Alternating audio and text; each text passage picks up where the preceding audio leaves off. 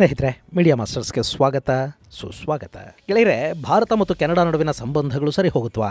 ಎರಡೂ ದೇಶಗಳ ನಡುವೆ ವ್ಯಾಪಾರ ಸಂಬಂಧಗಳ ವೃದ್ಧಿ, ವ್ಯಾಪಾರ ಒಪ್ಪಂದಗಳು ಇವೆಲ್ಲವುಗಳ ಬಗ್ಗೆ ಮಾತುಕತೆಗಳು ಮತ್ತೆ ಆರಂಭ ಆಗತ್ತಾ? ಹಾಗೇನಾದ್ರೂ ಆದ್ರೆ ಅದಕ್ಕೆ ಭಾರತ ಥ್ಯಾಂಕ್ಸ್ ಹೇಳಬೇಕಿರುವುದು ಅಮೆರಿಕದ ಹೊಸ ಅಧ್ಯಕ್ಷ ಡೊನಾಲ್ಡ್ ಟ್ರಂಪ್ ಅವರಿಗೇನೆ. ವಿಷಯ ಏನಪ್ಪಾ ಅಂದ್ರೆ, ಕೆನಡಾಗೆ ಹೊಸ ಪ್ರಧಾನಿಯ ಆಯ್ಕೆಯಾಗಿದೆ. ಹಾಗಂತ ಅಲ್ಲಿ ಚುನಾವಣೆಗಳೇನೂ ನಡೆದಿಲ್ಲ. ಜಸ್ಟಿನ್ ಟ್ರೂಡೋ ರಾಜೀನಾಮೆಯಿಂದ ತೆರವಾಗಿದ್ದ ಪ್ರಧಾನಿ ಸ್ಥಾನಕ್ಕೆ ಮಾರ್ಕ್ ಕಾರ್ನಿ ಆಯ್ಕೆ ಬಹುತೇಕ ಖಚಿತ ಆಗಿದೆ. ಅಷ್ಟೇ ಅಲ್ಲ, ಪ್ರಧಾನಿಯಾಗೋದು ಖಚಿತವಾಗ್ತಿದ್ದಂತೆ ಅಮೆರಿಕದ ವಿರುದ್ಧ ಮಾರ್ಕ್ ಬೆಂಕಿ ಕಾರ್ತಾ ಇದ್ದಾರೆ.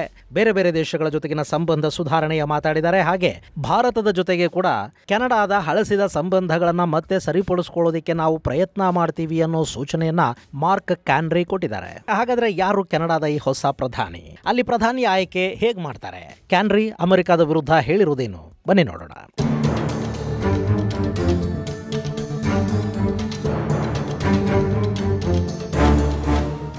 ಗೆಳೆಯರೆ, ಕೆನಡಾ ಹಾಗಂತ ಕೂಡಲೇ ನಮಗೆ ಇತ್ತೀಚೆಗಿನ ಕಹಿ ಘಟನೆಗಳೇ ಕಣ್ಣು ಮುಂದೆ ಬರುತ್ತವೆ. ನಿಜರ್ ಹತ್ಯೆ ಆದ್ಮೇಲೆ ಅಲ್ಲಿನ ಪ್ರಧಾನಿ ಭಾರತದ ವಿಷಯದಲ್ಲಿ ವಿನಾಕಾರಣ ನಾಲಿಗೆ ಹರಿಬಿಟ್ಟಿದ್ದು, ಯಾವ ಸಾಕ್ಷ್ಯಾಧಾರಗಳೂ ಇಲ್ಲದೆ ನಿಜರ್ ಹತ್ಯೆಯಲ್ಲಿ ಭಾರತದ ಏಜೆಂಟರ ಕೈವಾಡ ಇದೆ ಅನ್ನೋ ಆರೋಪ ಮಾಡಿದ್ದು, ಅಲ್ಲಿನ ಖಲಿಸ್ತಾನಿಗಳು ಹಿಂದೂಗಳ ಮೇಲೆ ಮಾಡಿದ ದಾಳಿಗಳು, ಕಳೆದ ವರ್ಷ ಭಾರತ ಮತ್ತು ಕೆನಡಾಗಳ ನಡುವೆ ನಡೆದದ್ದೇನು ಒಂದಾ ಎರಡ?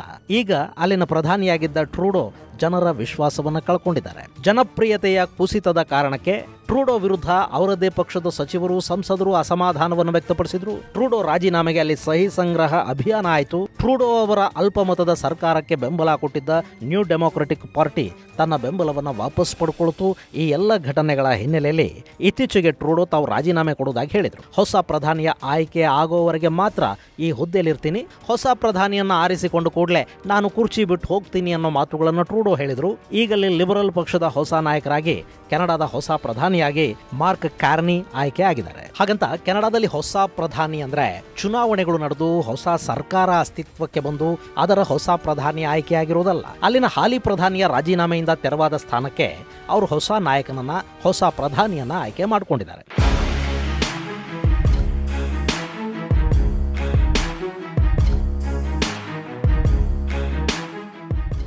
ಗೆಳೆಯರೆ, ಜಗತ್ತಿನ ನಾನಾ ದೇಶಗಳಲ್ಲಿ ಪ್ರಜಾಪ್ರಭುತ್ವನೇ ಇದ್ರೂ ಕೂಡ ಎಲ್ಲ ಪ್ರಜಾಪ್ರಭುತ್ವಗಳ ಆಯ್ಕೆಯ ವಿಧಾನ ಮತ್ತು ಚುನಾವಣಾ ಪದ್ಧತಿಗಳು ಒಂದೇ ಥರ ಇರೋದಿಲ್ಲ.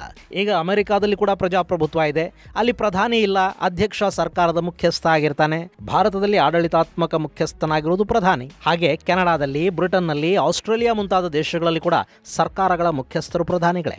ಇನ್ನು ಪ್ರಧಾನಿಯನ್ನ ಆಯ್ಕೆ ಮಾಡಿಕೊಳ್ಳೋದಕ್ಕೆ ಒಂದೊಂದು ದೇಶದಲ್ಲಿ ಒಂದೊಂದು ವಿಧಾನ ಇದೆ. ನಮ್ಮಲ್ಲಿ ಬಹುಮತ ಪಡೆದ ಪಕ್ಷದ ಸಂಸದರೆಲ್ಲ ಸೇರಿ ತಮ್ಮ ಸಂಸದೀಯ ನಾಯಕನನ್ನು ಆರಿಸ್ಕೊಳ್ತಾರೆ. ಹಾಗೆ ಆಯ್ಕೆಯಾದ ಸಂಸದೀಯ ನಾಯಕ ಪ್ರಧಾನಿ ಆಗ್ತಾನೆ. ಕೆಲ ದೇಶಗಳಲ್ಲಿ ಈ ಪದ್ಧತಿ ಇದೆ. ಇನ್ನು ಕೆಲ ದೇಶಗಳಲ್ಲಿ ಪಕ್ಷದ ನಾಯಕನಾಗಿ ಆಯ್ಕೆಯಾದ ವ್ಯಕ್ತಿ ಪ್ರಧಾನಿ ಆಗ್ತಾನೆ. ಇನ್ನು ಒಬ್ಬ ಪ್ರಧಾನಿಯನ್ನ ಬದಲಿಸಬೇಕಾಗ ಬಂದಾಗ ಅಥವಾ ಹಾಲಿ ಪ್ರಧಾನಿ ರಾಜೀನಾಮೆ ಕೊಟ್ಟಾಗ ಅದೇ ಪಕ್ಷದ ಸಂಸದರು ಇನ್ನೊಬ್ಬ ನಾಯಕನನ್ನು ಆಯ್ಕೆ ಮಾಡಿಕೊಂಡು ಆತನನ್ನ ಪ್ರಧಾನಿಯನ್ನಾಗಿ ಕೆಲವು ಕಡೆಗಳಲ್ಲಿ ಮಾಡ್ತಾರೆ. ಹಾಗೆ ಕೆನಡಾದಲ್ಲಿ ಪ್ರಧಾನಿ ರಾಜೀನಾಮೆ ಆದ ಮೇಲೆ ಪಕ್ಷದ ಸದಸ್ಯರು ತಮ್ಮ ಪಕ್ಷಕ್ಕೆ ಹೊಸ ನಾಯಕನನ್ನ ಆಯ್ಕೆ ಮಾಡ್ಕೋತಾರೆ. ಹಾಗೆ ನಾಯಕನ ಆಯ್ಕೆಗೆ ಅವರು ವೋಟ್ ಮಾಡಬೇಕು. ಹಾಗೆ ವೋಟ್ ಮಾಡೋದು ಸಂಸದರಲ್ಲ, ಪಕ್ಷದ ಸದಸ್ಯರು. ಇನ್ನು ಹಾಗೆ ವೋಟ್ ಮಾಡೋದಕ್ಕೆ ಅವರು ಕೆನಡಾದ ಪ್ರಜೆಗಳಾಗಿರಬೇಕು.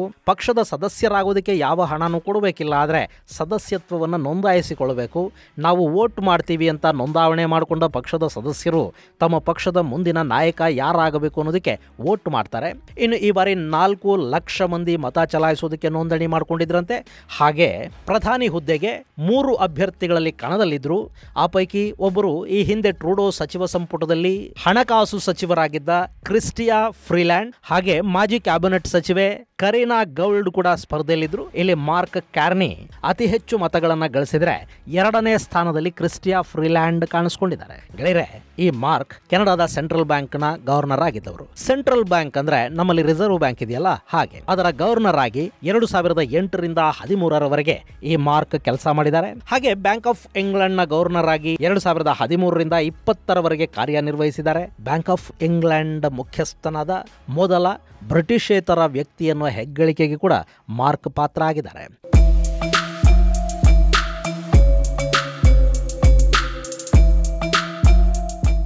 ಇನ್ನು ಈತನನ್ನ ಆರ್ಥಿಕ ತಜ್ಞ ಅಂತ ಕೆನಡಾದ ಜನ ಗುರುತಿಸ್ತಾರೆ. 2008ರ ರಿಸೆಷನ್ ಸಮಯದಲ್ಲಿ ಕೆನಡಾದ ಆರ್ಥಿಕತೆ ತುಂಬಾ ಅಧಃಪಾತಾಳಕ್ಕೆ ಹೋಗದ ಹಾಗೆ ತಳೆದ ಕೀರ್ತಿ ಕೂಡ ಮಾರ್ಕ್ ಹೆಗಲ ಮೇಲಿದೆ. ಈತ ವಿಶ್ವಸಂಸ್ಥೆಯಲ್ಲಿ ಕೂಡ ಕೆಲಸ ಮಾಡಿದ ಅನುಭವವನ್ನು ಹೊಂದಿದ್ದಾರೆ. ಆದರೆ ರಾಜಕೀಯ ಅನುಭವ ಇಲ್ಲ. ಇದುವರೆಗೆ ಯಾವುದೇ ಚುನಾವಣೆಗೆ ಸ್ಪರ್ಧೆ ಮಾಡಿದವರಲ್ಲ. ಚುನಾವಣಾ ರಾಜಕಾರಣದಿಂದ ದೂರಾನೇ ಉಳಿದವರು. ಹಾಗೆ ಟ್ರೂಡೋ ಥರ ಈತ ಮೂರ್ಖ ಕೂಡ ಅಲ್ಲ.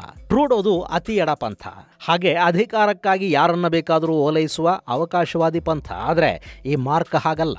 ಈತ ಎಡವೂ ಅಲ್ಲದ ಬಲವೂ ಅಲ್ಲದ ಸೆಂಟ್ರಿಸ್ಟ್ ಅಂತಾರಲ್ಲ, ಆ ಥರದ ನಿಲುವಿನ ಮನುಷ್ಯ. ಹೀಗಾಗಿ ಜಗತ್ತಿನ ಯಾವುದೇ ದೇಶದ ಜೊತೆಗಿನ ಸಂಬಂಧಗಳನ್ನು ಸುಧಾರಿಸಿಕೊಳ್ಳೋದಿಕ್ಕೆ ಯಾವ ಸೈದ್ಧಾಂತಿಕ ಲಗೇಜುಗಳು ಈತನಿಗೆ ಅಡ್ಡ ಬರುವುದಿಲ್ಲ. ಇನ್ನು ಕಳೆದ ವಾರ ಮಾರ್ಕ್, ನಾನು ಕೆನಡಾದ ಪ್ರಧಾನಿಯಾಗಿ ಆರಿಸಿ ಬಂದಿದ್ದೆ, ಆದರೆ ಭಾರತದ ಜೊತೆಗಿನ ಸಂಬಂಧಗಳನ್ನು ಸುಧಾರಿಸಿಕೊಳ್ಳುವ ಪ್ರಯತ್ನವನ್ನ ಮಾಡ್ತೀನಿ ಅಂತ ಕೂಡ ಹೇಳಿದ್ರು.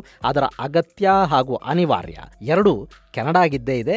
ಕೆನಡಾಗೆ ಮಾತ್ರ ಅಲ್ಲ, ಅದು ಭಾರತಕ್ಕೂ ಇದೆ. ಟ್ರೂಡೋ ಅವಧಿಯಲ್ಲಿ ಭಾರತ ಮತ್ತು ಕೆನಡಾ ಸಂಬಂಧಗಳು ಕೆಡ್ತಾ ಬಂದ್ವಲ್ಲ, ಆಗ ಭಾರತೀಯ ವಿದ್ಯಾರ್ಥಿಗಳಿಗೆ ಹಾಗೂ ಕೆನಡಾದಲ್ಲಿ ಕೆಲಸ ಮಾಡ್ತಾ ಇರೋ ಭಾರತೀಯ ಮೂಲದ ಜನಕ್ಕೆ ಕೂಡ ಸಾಕಷ್ಟು ಸಮಸ್ಯೆಗಳಾದವು. ಹಾಗೆ ಎರಡೂ ದೇಶಗಳ ನಡುವೆ ಆಗಬೇಕಾಗಿದ್ದ ಮುಕ್ತ ವ್ಯಾಪಾರ ಒಪ್ಪಂದ ಕೂಡ ಮೂಲೆಗೆ ಬಿತ್ತು. ಗೆಳೆಯರೆ, ಸದ್ಯದ ಪರಿಸ್ಥಿತಿ ಹೇಗಿದೆ ಅಂದ್ರೆ, ಭಾರತಕ್ಕೆ ವಿದೇಶಿ ಬಂಡವಾಳ ಹರಿವಿನ ಅಗತ್ಯ ಇರೋ ಹಾಗೇನೆ ಭಾರತ ತನ್ನ ರಫ್ತು ವ್ಯಾಪಾರವನ್ನು ಕೂಡ ಹೆಚ್ಚು ಮಾಡ್ಕೋಬೇಕಾದ ಅಗತ್ಯ ಇದೆ. ಹೀಗಾಗಿ ವ್ಯಾಪಾರವನ್ನು ಚೆನ್ನಾಗಿ ಮಾಡಬೇಕು ಅಂದ್ರೆ ಸಂಬಂಧಗಳು ಕೂಡ ಚೆನ್ನಾಗಿರ್ಬೇಕು. ಇನ್ನು ಈಗ ಕೆನಡಾದ ಪರಿಸ್ಥಿತಿ ಕೂಡ ತುಂಬಾ ಉತ್ತಮವಾಗೇನಿಲ್ಲ. ಆ ದೇಶ ಆರ್ಥಿಕ ಸಂಕಷ್ಟದಲ್ಲಿದೆ. ನಿರುದ್ಯೋಗದಂತಹ ಸಮಸ್ಯೆಗಳು, ಬೆಲೆ ಏರಿಕೆಗಳಿಂದ ಅದು ನರಳುತ್ತಾ ಇದೆ. ಜೊತೆಗೆ ಅಮೆರಿಕಾದಲ್ಲಿ ಟ್ರಂಪ್ ಆರಿಸಿ ಬಂದಿರೋದು ಕೂಡ ಕೆನಡಾಗೆ ನುಂಗಲಾಗದ ತುತ್ತಾಗ್ತಾ ಇದೆ. ಟ್ರಂಪ್ ಗೆದ್ದು ಬಂದ ಕೂಡಲೇ ಕೆನಡಾನ ಟಾರ್ಗೆಟ್ ಮಾಡ್ಕೊಂಡಿದ್ದಾರೆ. ನಾವು ಕೆನಡಾನ ನಮ್ಮ 51ನೇ ರಾಜ್ಯವನ್ನಾಗಿ ಮಾಡ್ಕೊಂಡು ಬಿಡ್ತೀವಿ ಅಂತ ಹೇಳ್ತಾರೆ. ಕೆನಡಾ ಮೇಲೆ ಟ್ಯಾರಿಫ್ ಘೋಷಣೆ ಮಾಡಿದ್ದಾರೆ. ಇದೆಲ್ಲ ಕೆನಡಾಗೆ ಕೂಡ ಸಂಕಷ್ಟವನ್ನು ಉಂಟು ಮಾಡ್ತಾ ಇದೆ.